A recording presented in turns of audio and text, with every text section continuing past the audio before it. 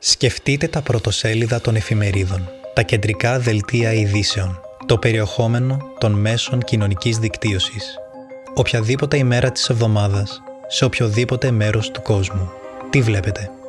Μέσα από αυτόν τον φακό, πολλοί από εμάς βλέπουμε συγκρούσεις, επιθετικότητα, δυσπιστία στη διακυβέρνηση, τη διαφθορά πατροπαράδοτων θεσμών και απαράμιλες εκφράσεις προκατάληψης, καθιστώντας την ελπίδα ένα ολοένα και πιο σπάνιο αγαθό. Για τους Μπαχάι, ο πόνος που πλήττει τον κόσμο αποκαλύπτει την πραγματικότητα δύο ταυτόχρονων διεργασιών σε εξέλιξη. Η μία είναι η διαδικασία της αποσύνθεσης, μέσω της οποίας δομές και τρόποι ύπαρξης αιώνων καταραίουν. Και η άλλη είναι η διαδικασία της ανοικοδόμησης, μέσω της οποίας αναδύονται κοινότητες που βασίζονται στη δικαιοσύνη και στην κατανόηση της συλλογικής μας ενότητας. Αυτές οι δίδυμες διαδικασίες οδηγούν την ανθρωπότητα σε μια εποχή ωριμότητας, μια εποχή στην οποία ο καθένας από εμάς μπορεί να συνειδητοποιήσει την εγγενή ενότητά του και να ξεδιπλώσει το πραγματικά ανθρώπινο δυναμικό του. Η Μπαχάι πίστη είναι μια ανεξάρτητη μονοθεϊστική θρησκεία με περισσότερους από 8 εκατομμύρια πιστούς από κάθε έθνος, χώρα και περιοχή του κόσμου.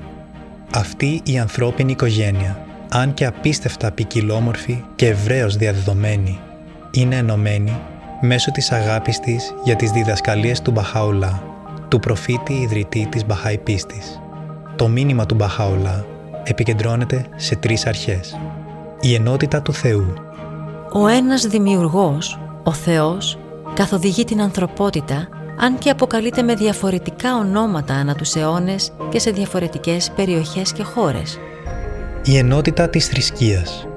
Ενώ οι θεϊκοί αγγελιοφόροι έχουν μοιραστεί τις πνευματικές τους διδασκαλίες σε διαφορετικές περιοχές κατά τη διάρκεια της ιστορίας, όλοι βασικά λάμπουν με το ίδιο φως της αλήθειας. Η ενότητα της ανθρωπότητας.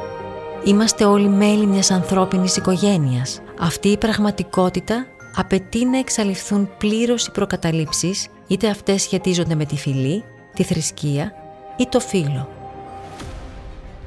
Καθώς προσβάλλουν οι αυξανόμενες προκλήσεις στην ανθρωπότητα, υπάρχει μια λαχτάρα για αλήθεια, για δικαιοσύνη, για ισότητα και για ενότητα ανάμεσα στα διαφορετικά στοιχεία της κοινωνίας.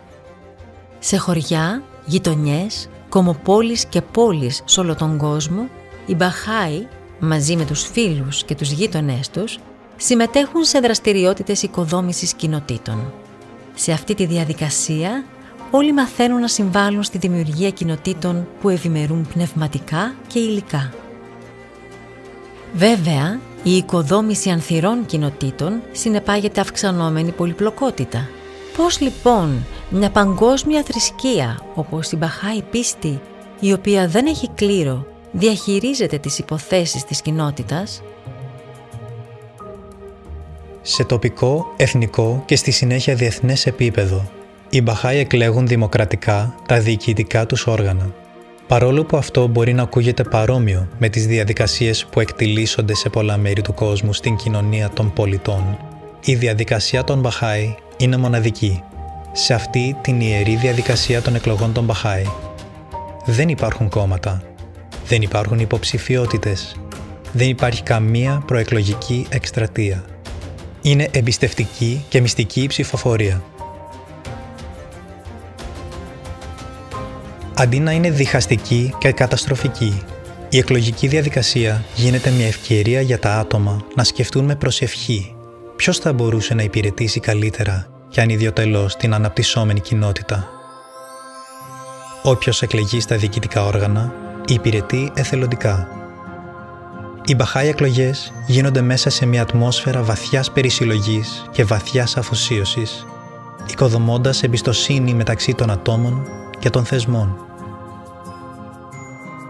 Σε όλα τα επίπεδα, τα εκλεγμένα μέλη, αντί να είναι υπεύθυνα απέναντι σε αυτούς που τα εκλέγουν, διαβουλεύονται με ευλάβεια, καθοδηγούνται από τη συνείδησή τους και είναι υπεύθυνα μόνον απέναντι στο Θεό.